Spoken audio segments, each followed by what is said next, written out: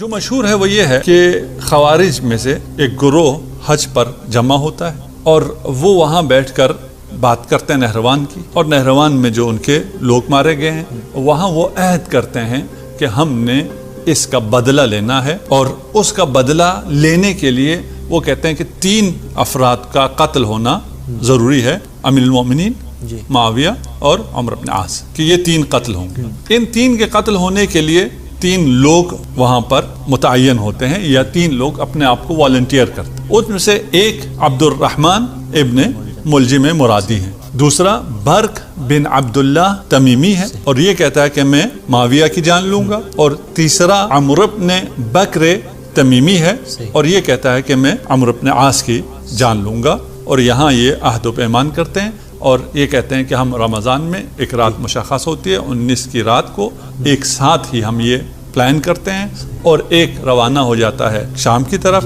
ایک روانہ ہوتا ہے مصر کی طرف، اور ایک آ جاتا ہے کوفہ۔ اس کے بعد ہم نے یہ دیکھنا ہے کہ عبد الرحمن کیوں قتل کرنا چاہتا تھا امیر المومنین کو، اس کی جو پیچھے ہسٹری کیا ہے، اس کی شخصیت کیا ہے، اس کے عقائد کیا ہیں۔ ابھی جو ہم نے ابھی تک جو واقعہ سنا اور تاریخ میں مشہور ہے کہ یہ خوارج میں سے تھا، اور خوارج کے اس اجتماع میں جو کہ مکہ میں حج کے موقع پہ ہو رہا ہے وہاں یہ فیصلہ ہو رہا ہے۔ اس کا مطلب یہ ہوا کہ عبد الرحمن کو بھی خوارج میں سے ہونا چاہیے، جبکہ اگر ہم تاریخ میں دیکھیں، اور آپ نے خود بھی کہا نہروان میں یہ خوارج کے ساتھ نہیں تھا، اس کے بعد بھی کسی بھی تاریخی سند میں اس کا خوارج سے تعلق ثابت نہیں ہوتا ہے۔ خوارج میں ابھی بھی جو فرقے موجود ہیں، خوارج میں اس کے بعد نہروان کے بعد پھر اور بھی فرق بن گئے، اور عباضیہ ابھی ہیں، عباضیہ ابھی بھی عبد الرحمن کو اون نہیں کرتے، اگرچہ ان کے نزدیک اس کا عمل اچھا عمل ہے، خوارج کے نزدیک یہ عمل مستحسن عمل ہے، ان کے نزدیک کی بات کر رہا ہوں، اور جس نے بھی یہ عمل کیا اس کی وہ حمایت کرتے ہیں، مدح کرتے ہیں، وہ ایک الگ مسئلہ ہے،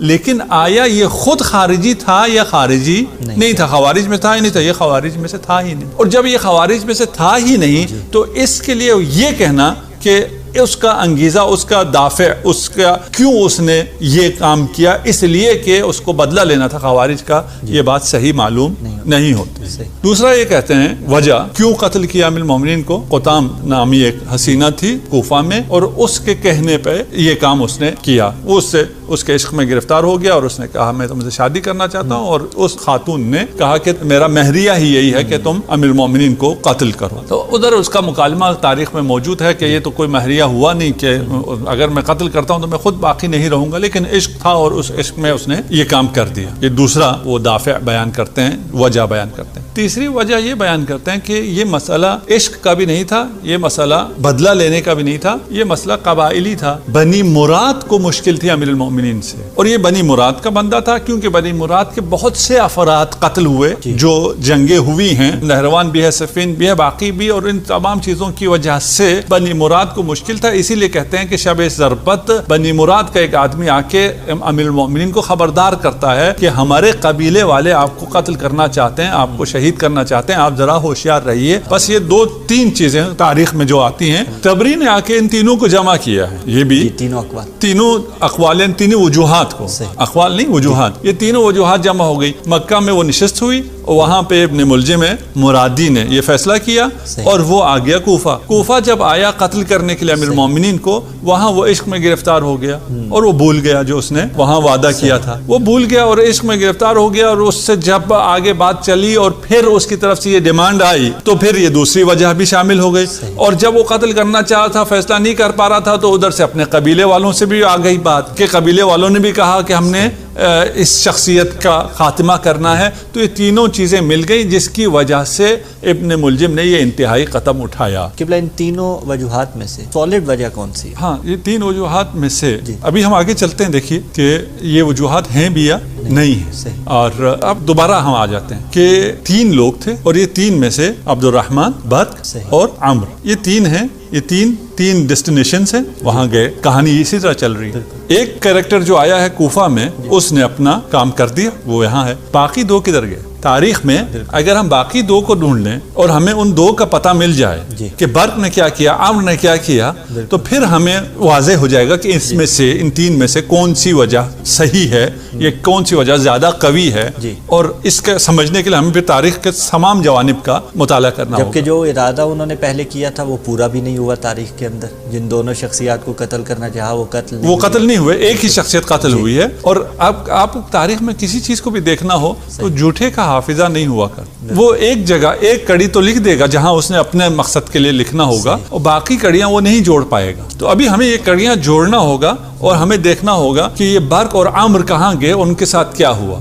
جب ہم ان کے پیچھے جاتے ہیں تو ہمیں تاریخ میں برق اور عمرو نظر نہیں آتے، وہاں ہمیں اختلاف مل جاتا ہے۔ کچھ کہتے ہیں کہ یہ جو تین کریکٹر تھے وہ تین بھائی تھے، یعنی تینوں ابن ملجم تھے، ایک عبد الرحمن تھا، ایک قیس تھا، ایک یزید تھا۔ بس باقی دو جو کریکٹر ہیں، یہ جو اجتماع ہوا ہے مکہ میں، یہ جو داستان ہے، اس داستان کے مطابق وہ باقی دو کریکٹر ہمیں چاہیے، وہ باقی دو کریکٹر نہیں ملتے۔ اس روایت میں ملتے ہیں جو ہم نے ایک روایت آپ کے سامنے پیش کی۔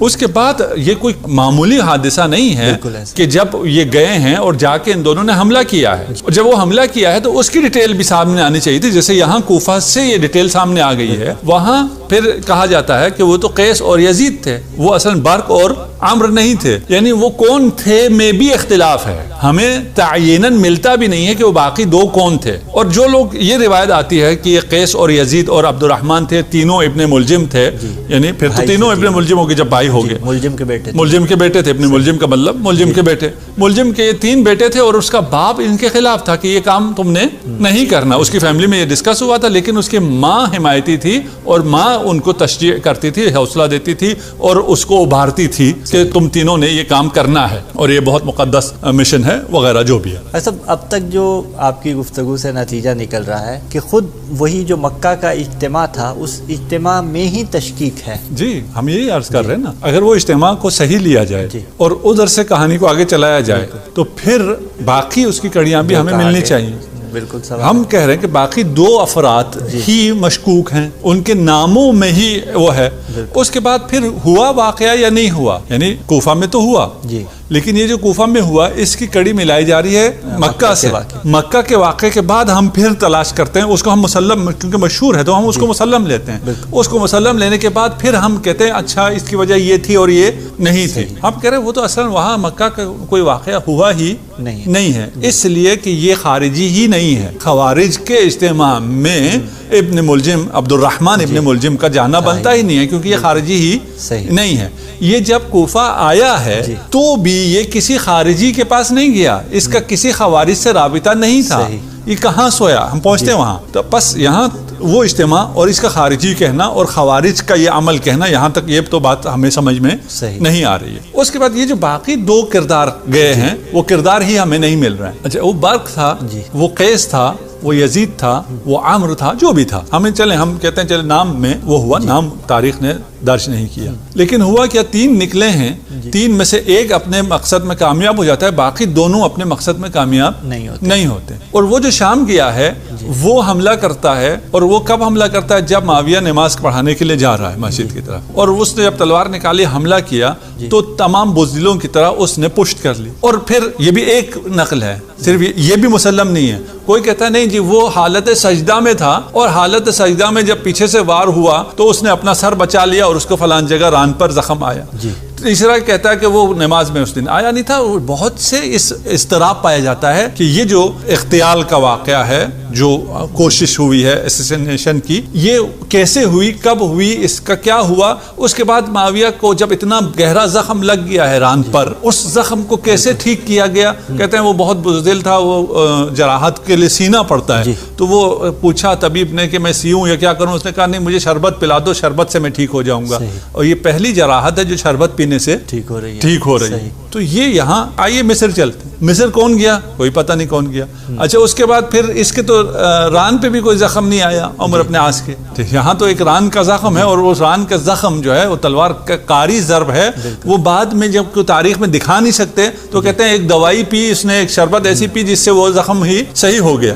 اچھا یہاں پھر ہمیں مصر میں زخم چاہیے اور زخم کے بعد کوئی دوا چاہیے. تو کہتے ہیں نہیں، اس دن عمر ابن عاص کے پیٹ میں شدید درد تھا تو وہ نماز پڑھانے کے لیے نہیں آ سکے صبح. تو وہ نہیں آ سکے تو پھر کیا ہوا؟ تو انہوں نے اپنے کسی شخص کو، کسی اور صحابی کا نام مجھے اب ذہن میں نہیں ہے، اس کو اپنی جگہ بھیج دیا، اور وہ دیکھنے میں عمر عاص لگتا تھا. اب دیکھیے کتنے اتفاقات، اور یہ بالکل فلم وہی چل رہی ہے جو آج کل ہالی ووڈ یا بالی ووڈ بناتا ہے. صحیح ٹھیک ہے نا، کہ وہ جناب اس کے پیٹ میں بھی درد ہو رہا ہے، وہ نہیں آ پا رہا ہے، اس کی جگہ جو آ رہا ہے وہ اس کا قد کاٹ بھی بالکل اسی کی طرح ہے، اس کا حلیہ بھی بالکل اسی کی طرح ہے، اور یہ جو اس کا قاتل اس کی ریکی میں ہے، دیکھ رہا ہے، جانتا ہے، وہ نہیں پہچان سکا اور اس نے اس غریب صحابی کو قتل کر دیا. اگر قتل ہوا بھی تو ہے کہاں، وہ کون تھا؟ بالکل وہ قتل ہو گیا، یہ بچ گیا. یہ دو بچ جاتے ہیں، اور وہ ایسے اتفاقات ہوتے ہیں، اور ان کو قتل کرنے والا کون ہے ان کی کوئی عطا پتہ نہیں ملتا ہے. اور ایک عبد الرحمن ان 3 کریکٹرز میں سے جو مکہ سے چلا ہے اس سٹوری کے مطابق، یہ ایک اپنے مقصد میں کامیاب ہو جاتا ہے. اس کا مطلب آغا صاحب یہ بات تو طے ہوگی کہ یہ خوارج نہیں تھے. ہاں، یعنی جو عبد الرحمن ابن ملجم نے عمل کیا ہے وہ خود بھی خارجی نہیں تھا، خوارج کی طرف سے نہیں تھا، اور یہ حملہ خوارج کی طرف سے نہیں تھا، اور یہ کسی ایک فرد کا عمل نہیں تھا. یہ کہانیاں کیوں بنائی گئی ہیں؟ یہ کہانیاں اس لیے بنائی گئی ہیں کہ کچھ لوگوں کو بری و ذمہ کرنا تھا. جی، اصل لوگوں کو اصل لوگوں کو ان پہ پردہ ڈالنا ہے، اور پھر خوارج پر ڈال دیا. خوارج کو سب کے لیے کوئی مشکل نہیں ہے. آج کل بھی جس کو بھی آپ دہشت گرد کہنا چاہیں اس کو آپ خارجی کہہ دیتے ہیں، خوارج کہہ دیتے ہیں، بہت آسانی سے کہہ دیتے ہیں. تو اس لیے وہ ایک آسان ٹارگٹ تھا، سافٹ ٹارگٹ تھا، ان کے لیے کوئی مشکل بھی نہیں تھا. یہ ذمہ داری ساری وہاں ڈال دی گئی. ہم کہتے ہیں اگر یہ خارجی تھا، خوارج میں سے تھا، اور جب یہ مدینہ آیا ہے، کوفہ میں آیا ہے، تو پھر وہاں اس کا رابطہ خوارج سے کیوں نہیں تھا؟ وہ کہاں رہا اس رات کو؟ وہ کہاں سویا؟ یہ اہم ہے. بالکل وہ رات جہاں سویا ہوگا وہاں سے پھر کڑیاں ملیں گی کہ یہ اس کا کس نے اس کو بھیجا تھا، کس نے اس کو فیسیلیٹیٹ کیا تھا، اس کے سہولتکار کون تھے، اس قتل کے پیچھے کون تھے. وہ آتا ہے، آ کے اشعث کے گھر میں رکتا ہے، اشعث ابن قیس کندی کے. اور صبح، کیونکہ بندہ انتہائی فضول قسم کا آدمی تھا، نمازی تو تھا نہیں، وہ صبح نماز کے وقت پہ نہیں جاگتا ہے، تو اشعث اسے اٹھاتا ہے. اٹھو. کیوں اٹھا رہا ہے؟ کیونکہ اس کو علم ہے کہ اس نے کیا کرنا ہے، اس نے کیا کرنا ہے. اس کے گھر آ کے رکا ہے، اس کو نماز کے لیے اٹھا کر بھیج رہا ہے. اشعث اس قتل کے پیچھے ایک وہ کردار ہے جس کے اوپر پردہ ڈالا جاتا ہے، جس کو نمایاں نہیں کیا جاتا. جبکہ امام جعفر صادق علیہ الصلوۃ والسلام سے صریح روایت ہے کہ اشعث علی ابن ابی طالب کے قتل کا اصل محرک ہے، اس کے پیچھے اشعث ہے. اچھا اشعث کیوں ہے؟ سوال ہے. بالکل اشعث کون تھا؟ خوارج میں سے تھا؟ نہیں، وہ خوارج میں سے نہیں تھا. ہاں، وہ خوارج کے پیچھے وہ تھا، خوارج کو اکسانے والوں میں وہ تھا. وہ ان اشخاص میں تھا جس نے سب سے پہلے، جب معاویہ نے، اہل شام نے نیزے پر قرآن کو بلند کیا، تو سب سے پہلے یہ آواز لگانے والا کہ ان سے اب تحکیم ہونی چاہیے، قرآن کے خلاف جہاد نہیں ہو سکتا، یہ نعرہ لگانے والا سب سے پہلے اشعث تھا. اور جب روک دیا گیا جنگ کو اور جنگ نہیں ہونے دی گئی، اور اس کے بعد تحکیم کا ہوا، تو لا حکم الا للہ کہنے والا سب سے پہلے نعرہ بلند کرنے والا بھی اشعث. یہ خوارج میں سے نہیں ہے. تو یہ کون ہے؟ اشعث کو پھر پہچاننے کی ضرورت ہے کہ اشعث کون ہے، اور یہ کیوں یہ کر رہا ہے، یہ سازش کیوں کر رہا ہے، یہ اس قتل پہ کیوں ایک شخص کو آمادہ کر رہا ہے، کیوں فیسیلیٹیٹ کر رہا ہے. تو اشعث والی عثمان تھا آذربائیجان میں. اس کے بعد جب امیر المومنین تشریف لاتے ہیں خلافت ظاہریہ میں، تو بہت سے ان لوگوں کی طرح جو بنی امیہ جو مراعات لے رہی تھی ان کو عزل کیا. ان میں سے ایک یہ اشعث بھی ہے. اس کے پاس اتنا مال تھا، کہتے ہیں کہ ثلث سے کوفہ اس کی ملکیت تھی. 1/3 کوفہ، جہاں کا وہ والی تھا وہاں اس کی کتنے کرپشن تھی. اللہ اکبر. اس کا کیا حال ہے. اب جب اس کرپشن کو ختم کیا اور اس کو اس سے عزل کیا، تو پھر اس کے مقابلے میں یہ جا کے پھر پہلے بھی بنی امیہ کے ساتھ تھا، میں نے پہلے یہ والی ہے بالکل آذربائیجان اس لیے بیان کیا کہ اس کا تعلقات تھے بلکہ بنی امیہ کے عواملین میں سے تھا، اس کے والی تھا، تو اس کی وجہ سے اس کے تعلقات تھے شام کے ساتھ، معاویہ کے ساتھ، اور یہ سارا قتل اس کے پیچھے بنی امیہ ہے، یہ ابن ملجم کا فردی عمل نہیں ہے کہ ایک شخص ہے اس نے آ کر ایک عمل کیا ہے اور اس کی ساری ذمہ داری پھر خوارج پر جاتی ہے. تو یہ کہانی اس طرح غیر محسوس طریقے پر مشہور کے طور پر ہمارے ذہنوں میں بھی اسی طرح ہے، اور اس طرح ہمیں پھر غافل کیا جاتا ہے. یہ واقعہ معاویہ کی طرف سے شام کی طرف سے ہوا ہے، وہاں سے یہ سازش چلی ہے، وہاں سے یہ فیسلیٹیٹ ہوا ہے، اور ایک ہی آدمی چلا ہے اور ایک ہی حادثہ ہوا ہے، کوئی 2-3 نہیں ہوئے کہ باقی لوگ سازشکار ہیں وہ بھی شامل ہو جائیں کہ یہ جو آئے تھے قاتل تھے، دہشت گرد تھے، یہ ہمیں بھی مارنا چاہتے تھے اور اسے بھی مارنا چاہتے تھے. قسمت ہماری ساتھ تھی، ہم بچ گئے، وہ مر گیا، لیکن ہم بھی اس